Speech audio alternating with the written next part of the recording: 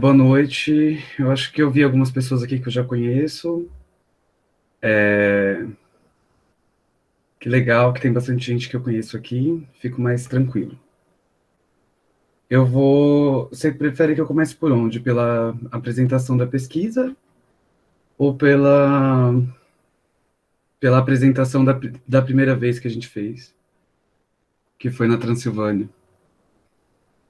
Acho que você pode falar um pouco dessa sua experiência na Transilvânia. Vamos lá. É bem literal, né? O que acontece é o seguinte, sendo bem assim, eu estou fazendo a minha pesquisa de TCC, né?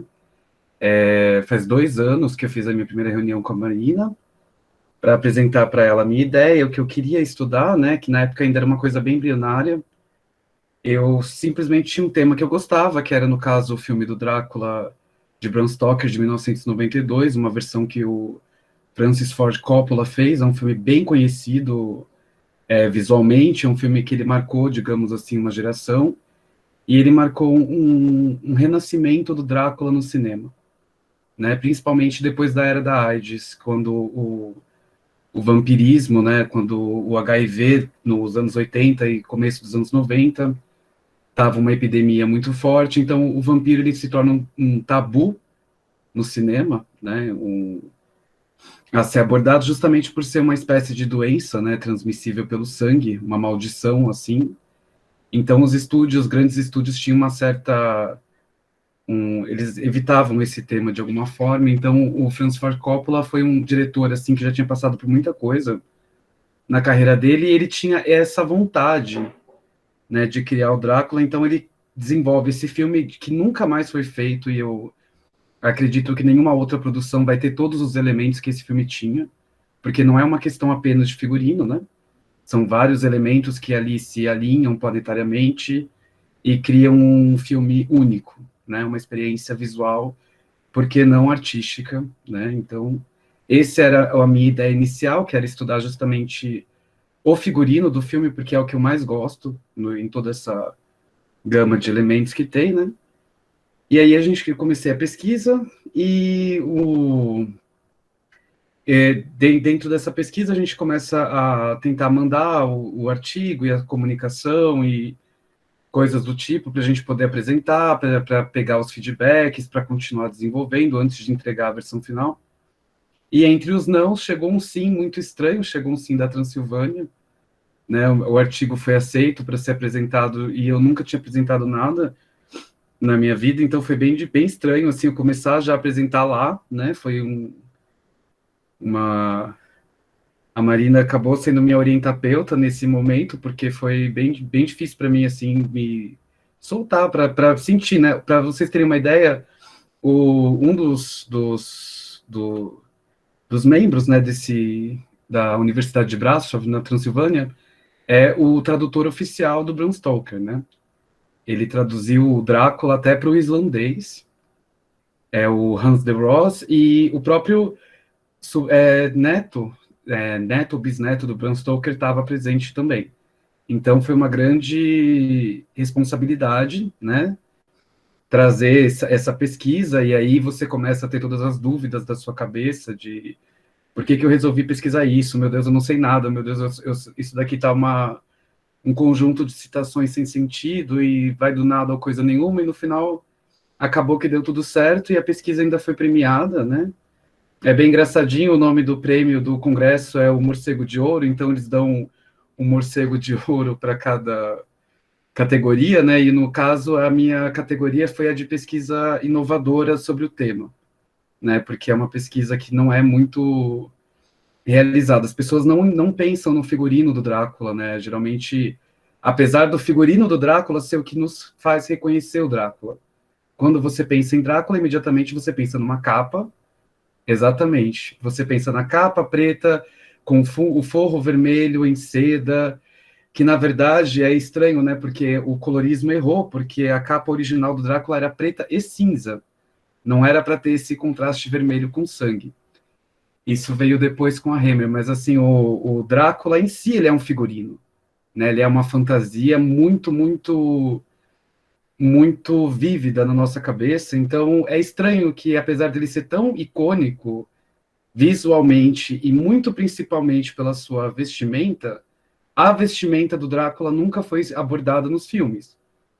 Na verdade, os próprios filmes, né, as adaptações do Drácula não são muito abordados. A gente fala muito, que é um problema que eu tive como pesquisador de história da arte, é que as pessoas geralmente nunca utilizam o Drácula de uma forma mais artística, né, como uma abordagem de uma pesquisa artística, cinematográfica ou crítica, é sempre literária e sempre gótica, né? Então, se você está fora dessa esfera literária, se você não é um pesquisador de letras especificamente, se você não está dentro do gótico, é muito difícil as pessoas abrirem assim para a sua pesquisa.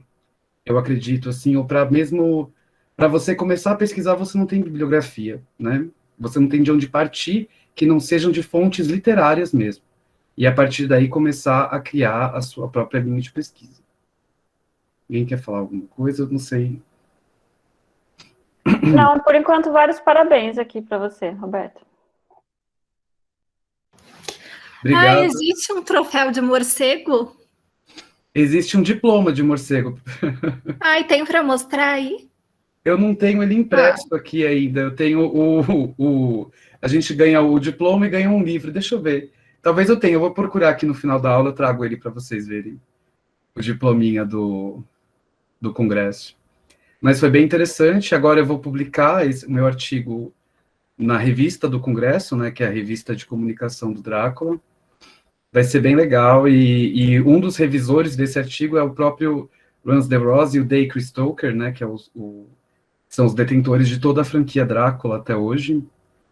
Então é bem interessante, assim, ter essa troca justamente com pessoas, né? Eu me senti muito acolhido, né? Eu sou muito medroso, eu tenho ansiedade, e eu me senti muito acolhido por esse pessoal, assim, que já estuda isso há anos, né? O Hans de Rose, ele traduziu versões perdidas do Drácula, ele foi atrás desde os anos 70, ele estuda esse tema, ele é um dos maiores escolares, assim, os scholars que eles falam sobre o tema, um catedrático da Universidade de Dublin, então, assim, eles foram muito receptivos, eles ficaram muito animados com uma nova geração de pessoas, principalmente da América do Sul, porque a gente tem também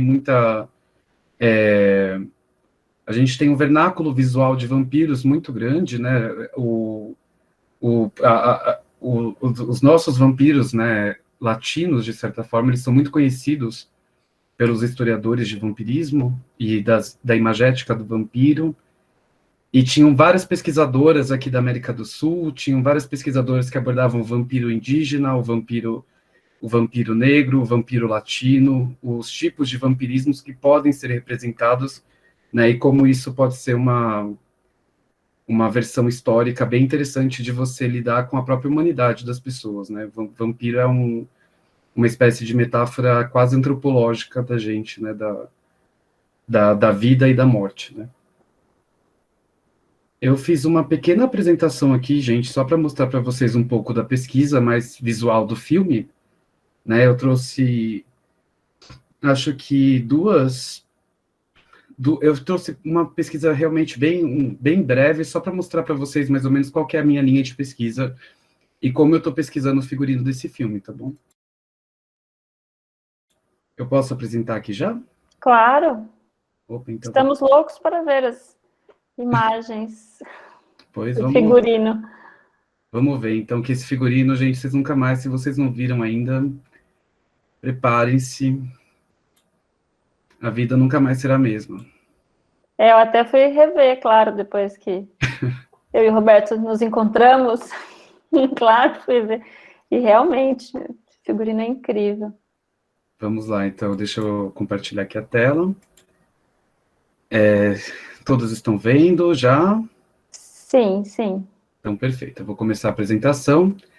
A minha pesquisa, ela chama Sangue Culture, Drácula por Eiko Ishioka, né? Eiko Ishioka é a figurinista, né? É uma figurinista e designer gráfica japonesa, que é quem assume, né? Assina o figurino desse filme.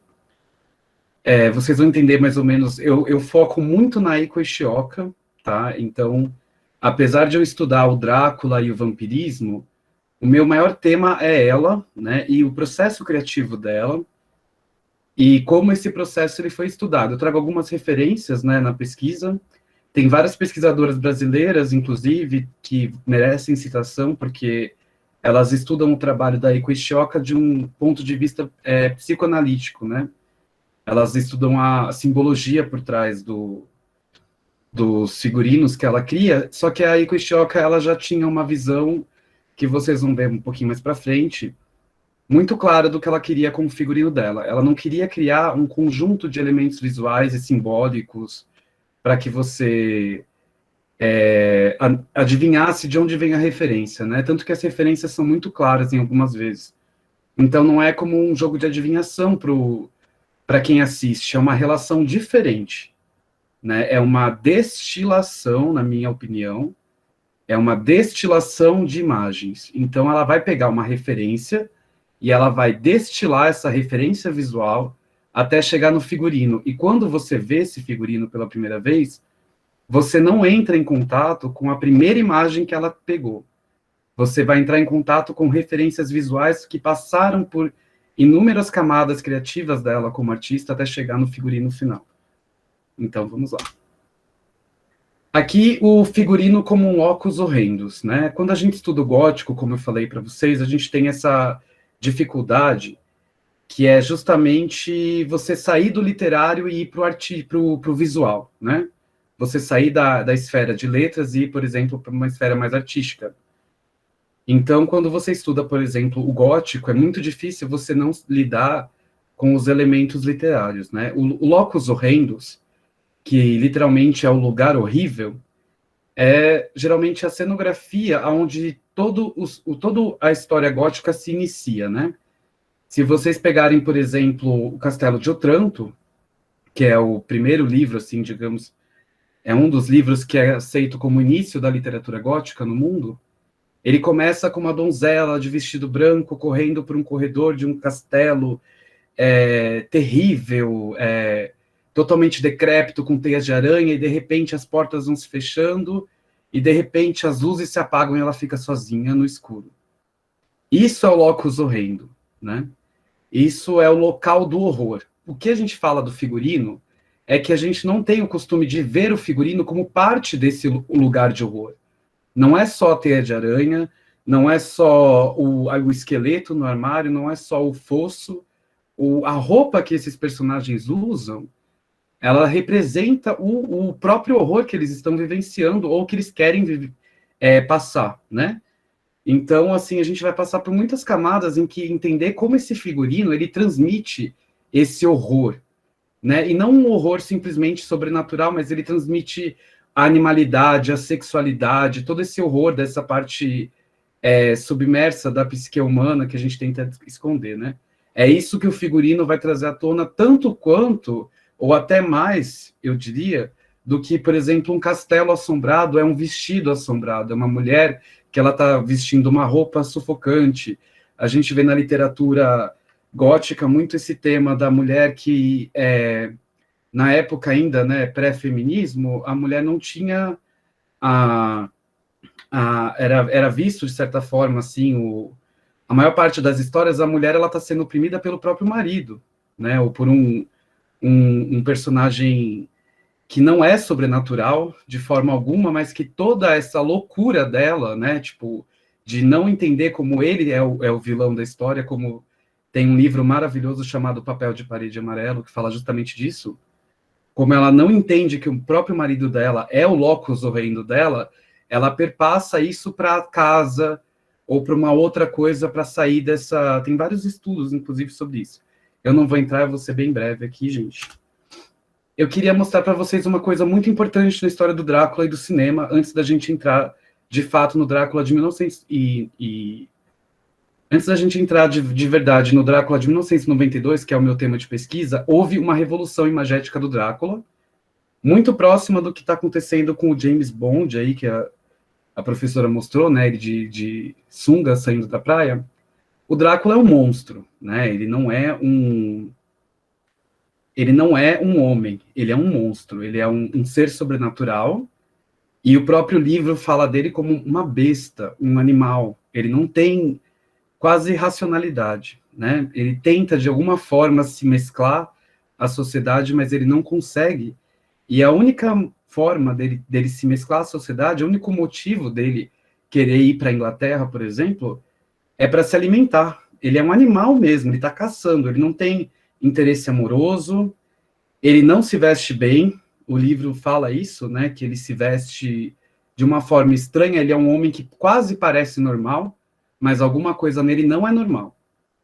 Isso é como o Drácula foi representado, sempre como um estrangeiro, né, ele tem muito estigma do leste europeu, né, o estrangeiro em Londres, um outsider, né, então ele representa o medo das pessoas do desconhecido, e só que ele passou por uma revolução que gerou o Drácula de 1992. Qual que é essa revolução? Quando colocaram um homem que era considerado um galã para interpretar o Drácula. Né? Até então, o Drácula era um papel que era oferecido a atores com uma certa agressividade, ou com essa masculinidade exacerbada, essa coisa assim bem grossa, bem grotesca, que não passasse tanta sexualidade, né? Apesar do Bela Lugosi, que é um dos primeiros, é o primeiro Drácula, né, de 1931, do cinema hollywoodiano, ele ser até bem polido, né, ele ainda assim é estranho, né, ele não tem uma... E ele mesmo não tem uma intenção sedutora, a intenção dele também é alimentícia. O Frank Langella, em 1979, ele foi o primeiro Drácula bonito, vou usar essa palavra horrorosa, mas é a que eu posso definir, né, tipo, ele foi o primeiro Dráculaão, assim, o Drácula que, de repente, principalmente o público feminino, que era um público muito avesso a essa história, começou houve uma mudança na visão do Drácula, né? Eu separei um trecho aqui da primeira cena em que o Drácula aparece para vocês verem. É 30 segundos, gente. Eu sei, não tem som, eu não pus som em nada. É só para vocês verem essa cena, junto comigo. Primeiro, a primeira coisa que a gente vê do Drácula nesse filme são as mãos. Mãos perfeitas, mãos zonas de pá maravilhosas, bem cuidadas, entendeu? Em que você vê um homem totalmente polido já pelas próprias mãos. Antes de aparecer o rosto ou o corpo, você vê um homem com a mão perfeita, assim, uma mão de uma pessoa que não tem um trabalho pesado, uma mão muito bem cuidada, que é um símbolo de nobreza, né? E uma delicadeza. O Drácula deixa de ser o que a gente poderia chamar de um monstro, né? Ele passa a ser um homem. Ele é praticamente delicado com a moça em todas o Langella, como ele é um galã de cinema, em todas as interações dele com as mulheres do filme, com as personagens femininas, ele vai ser extremamente delicado e galante, ao passo que com os homens ele ainda mantém aquela bestialidade, né? Então, isso é quando o futuro roteirista do Drácula de 1992, ele é muito impactado por isso, porque ele disse que ele, como um fã de horror, ele era jovem, ele foi no cinema assistir o Frank Langella no Drácula, né? Aqui a cena em que ele chega, imediatamente ele ignora todos os homens da cena e olha só para as mulheres. Ele não dedica atenção nenhuma. Ele é um galã, assim, do último... Ele é o primeiro Drácula galã mesmo, no cinema. Ele não tem visão nenhuma para nenhum homem em cena, só para as mulheres, e isso impactou muito o roteirista do Drácula de 1992, do Bram Stoker. O John Hurt, ele tinha essa visão que ele ficou muito chocado como um jovem vendo esse filme, em como o público feminino que estava no cinema reagia ao Drácula. Não havia horror nessas pessoas. Havia um encantamento. As pessoas saíam encantadas desse filme e queriam ficar junto com o Drácula, não queriam lutar ou enfiar uma estaca nele, né? Talvez, vamos ver. Aqui a gente tem a grande inspiração, então agora a gente já vai direto para o meu filme mesmo, 1992, do Drácula. A gente tem a Eiko Ishioka, que é uma designer gráfica, uma diretora de arte, uma figurinista, uma uma das maiores artistas, eu diria até, do nosso tempo. Ela já faleceu em 2012. Ela é responsável por tudo isso que eu vou contar a partir de agora.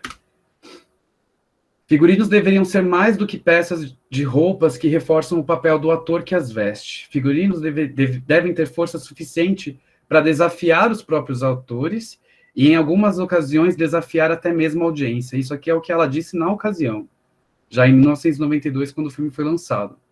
Porque o figurino, apesar de ter sido muito ovacionado, foi muito criticado. Porque o figurino literalmente rouba toda a cena do filme. Né? Então ela diz que justamente isso, que o figurino está aí para isso. Ele não é só uma roupa que dá uma certa veracidade ou realidade no ator. O figurino ele passa disso, né? O figurino ele vai para ele é um desafio para o ator e ele é um desafio para a audiência que está assistindo. Ele não pode passar despercebido. Essa já era a visão bem neófita da Eiko Ishioka como figurinista. Nessa época ela não era ainda tão experimentada no figurino, né? Ela já tinha muita experiência em direção artística, mas ela estava assinando os primeiros figurinos, e esse, especificamente do Drácula de 92, foi o figurino mais forte, assim, que ela assinou, né? Foi a maior produção dela na história. Eu trouxe aqui uma citação também da Stella Bruce, só para a gente entrar na parte do porquê do título da minha pesquisa, ser Sangue e Couture, né? Que eu faço no começo do meu ensaio, eu faço uma comparação com a alta costura entre o trabalho da Eiko Ishioka e do figurino, e é interessante que a gente sempre pensa assim, por que um figurino muito bem feito, seja de um costume filme, um filme de época, ou um filme que você vê ganhando Oscars, etc., ele não é considerado uma peça de alta costura, né? Ele não é, por exemplo, considerado um objeto artístico tanto quanto uma peça que está nas semanas de moda de Paris, né? Como a gente vê vestidos incríveis sendo desfilados por McQueen, pelos estilistas convidados de outros países, como Versace, Elie Saab, e os próprios figurinistas não, perdão, os próprios designers, né, de moda parisienses, como Jean Paul Gaultier e Coco Chanel, etc. Então, assim, a diferença que ela fala, né, Stella Bruce, sendo muito simplista aqui no que ela quer dizer nesse capítulo, é que o que distingue, né, porque o figurino, a alta costura sempre não é incomum ela ser usada como figurino em filme, né, ela cita alguns exemplos em que a Coco Chanel assinou o figurino de algumas produções de Hollywood, o mesmo com Jean Paul Gaultier, e estilistas de alta costura mais recentes. E qual que é a diferença de uma roupa de alta costura para uma roupa de um figurino, né? Qual que é a diferença dessas duas roupas num filme? A diferença é o que a gente vai ver, por exemplo, nesse filme maravilhoso que saiu agora saiu faz um tempo, né, gente, eu esqueci o nome do Almodóvar, né, com a Tilda Swinton, A Voz Humana, em que a personagem usa roupas de alta costura o filme inteiro, né? E isso não tem nada a ver com o dia a dia dela. Por que uma pessoa, por exemplo, usaria uma peça de uma Queen única, exclusiva, que custa 6 cifras, né, em casa, para atender um telefone? Né? Ou por que ela usaria uma peça exclusiva do Elie Saab, feita com as sedas virgens plantadas à meia-noite, enfim. Sabe, por que você usaria isso na sua casa? Por que você usaria isso para comprar pão? Que realidade isso passaria para o filme? Aí que entra a diferença entre a alta costura e o figurino. O figurino, até então, ele sempre é visto como um embasador do personagem. Então, tipo, se a personagem usa aquela roupa, é porque aquilo casa com o psicológico e a alma daquela personagem de alguma forma, né? É porque a audiência não vai nem se preocupar em pensar por que essa personagem escolheu essa roupa para sentar na sala e atender um telefone, entendeu? E ao passo que a alta costura não, a alta costura não faz sentido nenhum, e isso ela é independente do filme, do personagem, da vida do personagem, da condição social do personagem, de tudo. A alta costura é um elemento discursivo à parte. Ela é só ela cria uma linha narrativa paralela ao filme, porque o personagem está fazendo alguma coisa e a roupa que ele está usando não tem nada a ver com aquilo que ele está fazendo. Né? E isso tem muito a ver com o trabalho da Eiko Ishioka nesse filme. Ela cria designers inovadores, únicos, exclusivos, com vários fatores que a gente poderia citar como alta costura, e ao mesmo tempo, esses designs não têm relação nenhuma com historicidade, com nada, com absolutamente nada que possa embasar aquele personagem, né? Principalmente o Drácula. Então a gente vai começar com as imagens e os figurinos. Eu vou ser bem rápido, gente, desculpa eu estar falando muito. Mas é que tinha bastante coisa para eu contextualizar aqui no começo. Então, assim, primeiro, a gente tem essa cena da personagem Lucy Westerner, que é uma das personagens principais do filme, em que ela é transformada num vampiro e ela é enterrada com o vestido de noiva, porque ela era uma noiva, né? Esse vestido de noiva não tem absolutamente nada a ver com a época em que ele é retratado. A gente está falando aqui do final do século XIX. Então, assim, esse vestido de noiva não tem absolutamente nada a ver com o vestido de noiva do final do século XIX. Mas a Eiko Ishioka não pensou em um vestido de noiva na hora de fazer esse vestido, né? A referência dela foi essa. O que ela queria com esse vestido era trazer esse dragão de gola, que chama esse bichinho, mas é um dragão é um lagarto muito famoso, e ele tem esse ataque dele, em que ele abre essas abas assim e chacoalha, né, como a gente já deve ter visto em algum filme, Discovery Channel, etc. Ela queria trazer essa ferocidade, essa coisa da aba para a personagem, para a vampira, quer dizer, a gente já parte do pressuposto que ela fugiu do morceguinho total e foi para um lagarto australiano do deserto aborígene, assim, ela saiu do morceguinho e foi para a Austrália para representar uma noiva vampira vitoriana inglesa. Então, assim, é isso que eu quero que vocês entendam de como funciona o destilamento de referências. Quando você olha essa imagem, você não vê o lagarto de gola, né? Você vê uma ferocidade e você sente quase que dentro de você uma sensação de ataque, como você vê, o que é muito comum, né, com os animais, quando eles levantam ou eriçam alguma parte do corpo, como a Naja, quando ela abre também as abas que tem ao redor dela. Então, assim, você sabe humanamente, animicamente, né, animalescamente, que isso é um ataque, que existe alguma coisa sendo feita contra você nesse momento. Mas você não vê um dragão de gola do deserto australiano. Você vê uma vampiresa, né, que seria o feminino de vampiro. Você vê uma vampira, uma vampiresa, totalmente com uma roupa que causa um terror imediato em você, sem que você imediatamente ligue isso à primeira referência dessa peça de roupa. Eu vou agora para a segunda figurino que eu quero abordar com vocês, que é a armadura de lobo, né? Essa armadura, ela foi uma das peças mais difíceis que a Eiko fez, porque ela representa um homem-lobo, um lobisomem, né, sendo escalpelado, né, sem a pele. Então, é um homem-lobo sem a pele, que representa a armadura medieval do Drácula. Essa armadura, ela não tem a curiosidade histórica nenhuma, zero, assim, zero. A época em que se passa isso não tinha absolutamente nada que a gente pudesse comparar com essa armadura. A ideia dessa armadura era justamente fazer com que você, espectador, tivesse uma noção de que o Drácula ele é mais do que um homem, mesmo quando ele ainda era um homem. Porque o Drácula, em uma parte do filme, mais para frente, ele se transforma numa criatura muito parecida com essa armadura. Ele se transforma num homem-lobo. Apenas não escalpelado. Ele tem pele, tem pelos, mas ele se transforma nisso. Mas isso quando ele já é um vampiro, né?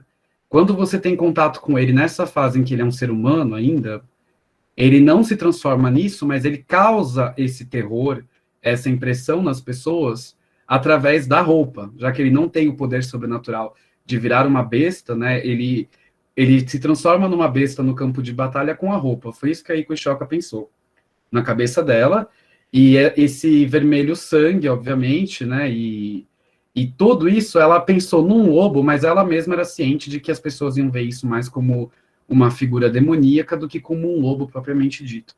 Mesmo que ela tenha mudado o design do capacete, né, para fazer esse focinho, né, e dar uma impressão quase animal pro elmo, né, da armadura. Essas são algumas das referências dela. A Reiko Ishioka, para fazer uma armadura medieval do leste europeu, ela utilizou o período do Edo da cultura japonesa e os samurais. Então, a armadura do Drácula, apesar dela ter toda essa animalidade, né, ela tem uma referenciação ao samurai e às figuras japonesas, assim também como o kabuki, né, e como o teatro no também. Principalmente porque no teatro no, o personagem principal, ele quase não é visto, ele não tem o ator, ele não tem espaço para atuar, né, ele usa um figurino que cobre ele quase completamente, ele tem talvez as mãos e o rosto só para atuar, o resto do corpo dele é totalmente coberto com figurino, né, e geralmente figurinos de guerreiros, porque o teatro no, ele trata muito dessas lendas japonesas da guerra, né, e uma ode à masculinidade japonesa. E justamente por isso, ele também retrata um certo homoerotismo, né, então aqui a gente tem essa figura do Drácula extremamente masculina e com referências totalmente orientais. As referências para fazer esse tipo de figurino foram totalmente orientais e totalmente do próprio repertório imagético da Eiko Ishioka, né, visto que ela é uma designer oriental também. A gente tem aqui, uma das coisas principais é que eu não sei se eu vou conseguir mostrar para vocês, mas existe aqui um shikoro, que é um pedaço dentro da armadura, que você pode ver aqui na última imagem, em perfil, né? Essa parte de trás do elmo, ela chama no elmo do samurai shikoro. E isso é uma coisa exclusiva do samurai, né, e ela trouxe isso para o guerreiro medieval cristão, né, que é o Drácula. Então, assim, ela cria esse tipo de destilação de referências, que é uma palavra que eu vou citar bastante. Quando a gente vai falar do Drácula, ela tem uma outra versão dele, que ela queria que as pessoas não pensassem que é o mesmo personagem sempre. Ela queria causar uma impressão totalmente nova. Cada vez que você visse o Drácula no filme, você não ia ligar ele à versão antiga que você acabou de ver, né? E ela faz muito isso com a próxima versão. Então, a primeira versão que a gente tem do Drácula é esse homão de 2 metros e a prova de bala, um guerreiro feroz e animalesco, que está usando uma roupa completamente violenta, né, que causa uma impressão muito sanguinária, muito assustadora, e logo em seguida a gente vê essa, né, que é talvez a que vocês mais lembrem, para quem assistiu já em algum momento esse filme, o Drácula idoso, com os 2 coques gigantescos, um manto gigantesco, ele muito decrépito, muito tiozinho, muito miudinho, totalmente diferente daquele guerreiro gigante que a gente vê no começo, né?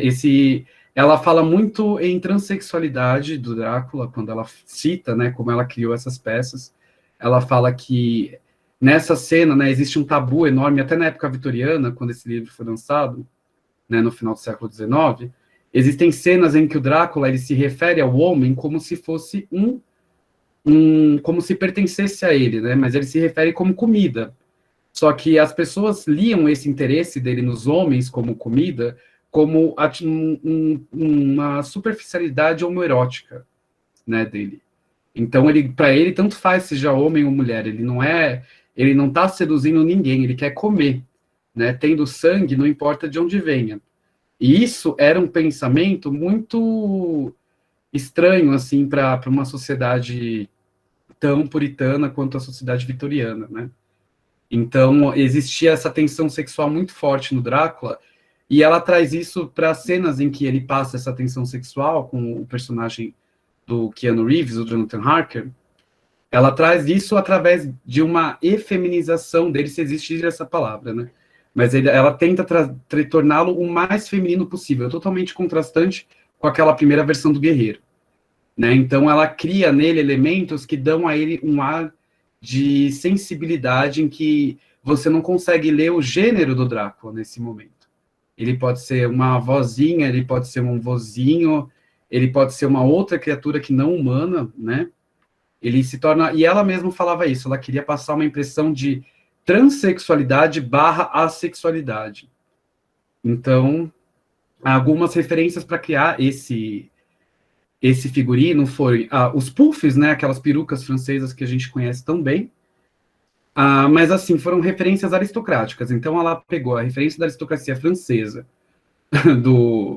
de 1700, ela pegou para fazer o manto branco que vai embaixo do manto vermelho, ela pegou uma referência do imperador Taizu, do ano 1300, e para fazer o grande manto que cobre tudo, ela pegou uma referência de um oficial da corte otomana de 1650. Então aí ela cobriu quase 400 anos, que seria a idade do personagem, né, no filme. Então é como se ele tivesse vivido todas as eras aristocráticas de todas as culturas do mundo inteiro e tivesse transformado isso na roupa que ele usa para se apresentar para o mundo externo e principalmente para o mundo ocidental, né? Porque é a cena em que ele recebe pela primeira vez um ocidental na casa dele. Então ele se imbui de todas essas referências a inúmeras aristocracias no mundo para mostrar para ele, para o convidado dele, o quanto ele é importante, né?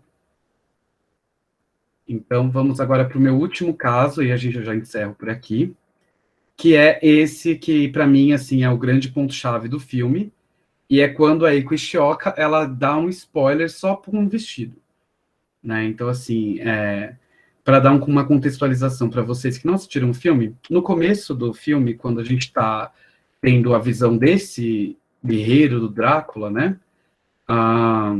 Acontece uma coisa muito trágica, né? Ele vence o Império Otomano, e o Império Otomano se vinga dele jogando uma flecha no castelo dele, enquanto ele estava fora, e avisando a esposa dele que ele morreu em batalha.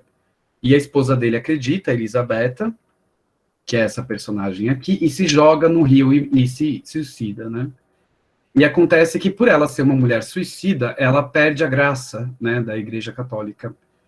Então, ela não pode mais ser nem sepultada no túmulo real, e ela não pode mais sequer ir para o céu ou para o inferno, ela fica presa, como a gente vê em Dante, né? Então, a alma dela deixa de fazer esse sentido, e a Elisabetta, e essa solidão é muito interessante isso, é a parte que eu acho mais bonita do filme, inclusive. O fato dele imaginar que ele, como um guerreiro cristão, vai morrer e vai para o céu, e não vai ver ela, faz com que ele, com esse medo do céu, né, uma coisa que a gente vê até em Fausto, né, em Fausto, o Mefisto fala para ele, em uma das cenas do romance do Goethe, que até o paraíso se transforma no inferno se você está nele sozinho. Essa frase marcou muito a minha vida. E o Drácula, ele tem uma impressão muito Mefistófeles, assim, na cabeça dele, em que ele pensa que ele vai, como um guerreiro cristão, ascender ao céu depois da morte, e não vai ter a esposa dele lá. Então ele renega a Cristo e começa a sua transformação em vampiro. Só que acontece uma coisa muito interessante nessa cena. Aqui a gente está falando na época medieval, em que o personagem do Drácula, nesse épico prelúdio que o filme tem, a gente tem Elisabetta morta, né, no altar, e essa é a disposição que a Eiko Ishioka pôs do vestido dela, né? E é muito específico o que ela quer dizer. Primeiro, a Elisabetta, eu vou dar um spoiler para vocês, ela vai voltar, né? O Drácula, ele passa a vagar pela terra, né, como um vampiro, na esperança de cruzar novamente com a Elisabetta em algum momento, já que ela não pode ir nem para o inferno e nem para o céu. E o roteirista do filme, John Hart, muito impactado pelaquela atuação bem delicada e galantesca do Frank Langella em 1979, ele cria uma nova narrativa para essa história, em que a Elisabetta se transforma na Mina, né, a personagem feminina principal desse livro. Então a Elisabetta, ela ressurge como a Mina, só que em momento algum isso é falado no filme. Você como um espectador desse filme, você entende que ela é a mesma pessoa, por ser a mesma atriz que interpreta as duas personagens, tanto a Elisabetta quanto a Mina, que é a Winona Ryder, ou você pode ter só olhando para esse vestido, né? Existe alguma coisa nesse vestido que é uma padronagem floral, mas que não está aqui querendo dizer o que ela realmente quer dizer, né? A Eiko Ishioka utilizou uma técnica de destilação de referências visuais para causar impacto na audiência, e uma das principais referências que ela utiliza é quando a gente vê o vestido completo, né? E você vê que a Eiko Ishioka, ela transforma o casal, o Drácula, que o nome quer dizer justamente dragão, e ela transforma a esposa dele numa fênix, né? Ela transforma a Elisabetta, que inclusive na cultura chinesa seria o contraponto justamente do dragão, né? Seria a perfeição do equilíbrio entre um casal. A Eiko Ishioka transforma a esposa do Drácula numa fênix, e através dessa padronagem floral que ela utiliza no filme inteiro, na personagem, pode perceber, aqui a gente tem uma folha já amarela, que seria dourada, né?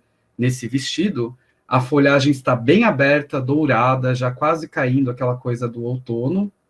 E aqui, logo em seguida, quando ela aparece a segunda vez, a Mina, sem que ninguém tenha te falado que é a mesma pessoa, você vê a mesma padronagem surgindo no vestido, só que como botões. Não são mais essas folhas abertas, né? É um começo. Então você vê que existe um comecinho, e se você perceber ao longo do filme, não trouxe todas as fotos, mas esses botões vão se abrindo até virar novamente o vestido dela, se torna quase a mesma coisa do que era o da Elisabetta, né? E apesar da fênix chinesa não ter a mesma característica da fênix ocidental de ressurreição, ela utiliza a característica de ressurreição da fênix ocidental com uma imagética de uma fênix oriental, utilizando uma padronagem floral para trazer todas essas referências visuais para esse vestido. E como eu disse no começo da apresentação, não é que ela queira que vocês descubram tudo isso, não é um jogo de caça-palavras. É simplesmente uma forma dela contar a história dela, como artista visual criadora de figurino. Ela não está discutindo com a narrativa do filme. Ela está criando a própria narrativa e em ordem cronológica dela. E ela, como também diretora de arte, né, e como uma das mise-en-scène do filme, a próxima cena em que a Mina aparece, né, quando a cena praticamente se repete, né, no começo, a Elisabetta está se despedindo do Drácula porque ele vai para a guerra. Aqui, a Mina está se despedindo do John porque ele vai para Transilvânia conhecer o Drácula. E aí, ela remata toda essa confusão imagética com essa pena de pavão, esse pavão abrindo a cauda, que é uma das transições de cena mais lindas do filme, para remeter novamente a Fênix, que é uma ave quimérica, né, que representa várias aves, é uma mistura de fazão com pavão, com tudo, tanto na cultura oriental e depois na cultura ocidental, eles acabam trazendo essa pena de pavão também como um símbolo da fênix, e a próprio pavão é considerado uma árvore tão solar quanto a fênix, né? E assim ela fecha esse fio narrativo da personagem Elisabetta e começa o fio narrativo da Mina, dando a entender pra gente, através do vestido, que a personagem ressuscitou, né? Que você tá vendo a mesma Elisabetta e passando até pela mesma provação, se despedindo do homem que ela ama, sem saber se ela vai ver ele de novo, né? E tudo isso através do figurino. Obrigado, gente. Era isso que eu tinha para falar hoje. Espero que falei bastante, desculpa. Obrigada, Roberto. Foi excelente. Eu estou aqui com uma imagem do Gary Oldman Dandy, que tem nesse filme também, ó, vou colocar aqui. Você quer falar um pouquinho desse momento? Vamos falar do Gary Oldman, vamos falar. Gente, esse momento do Gary Oldman, ele é uma homenagem, né, tipo, a várias, tem várias referências nesse look, né, uma das principais é o John Lennon, que a Eiko Ishioka utiliza para fazer a parte visual dele, né, porque ela quer nesse momento que ele seja suave, ela quer passar, digamos, a mesma impressão que o Frank Langella tinha, né, e ao mesmo tempo dele sendo suave, ela quer trazer uma excitação para o público dos anos 90, né? Então ela coloca um galã, que é o Gary Oldman, com o cabelo dele totalmente não condizente com o personagem, né? A gente está falando de uma era vitoriana, final do século. Então a gente tem, assim, o Gary Oldman numa versão totalmente exótica, né? Ele é quase um roqueiro sedutor que ele quer a mina. E ele se transforma propositalmente nisso, né? O filme todo é ele esperando o momento em que ele quer que a mina veja ele pela primeira vez. Tanto que é uma cena icônica que, se vocês procurarem, vocês vão achar, que é a cena em que ele fala, me veja agora. E antes disso, quando ele está como monstro, né?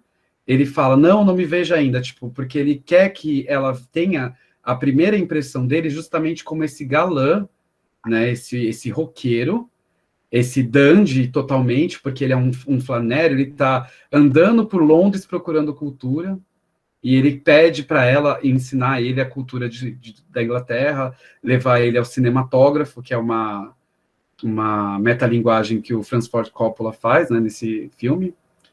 É muito, muito... Gente, assistam esse filme de coração aberto, babem nesses figurinos, pesquisem aí com Ixoca e pesquisem figurino. Eu acho, assim, como pesquisando figurino agora, eu percebo que é uma área que a gente precisa muito ainda de bibliografia, principalmente quando a gente vai tentar defender a força artística do figurino, como uma obra de arte mesmo, não como um simples elemento da narrativa, ou um simples elemento de validação daquele personagem, mas como uma obra que independe totalmente do filme.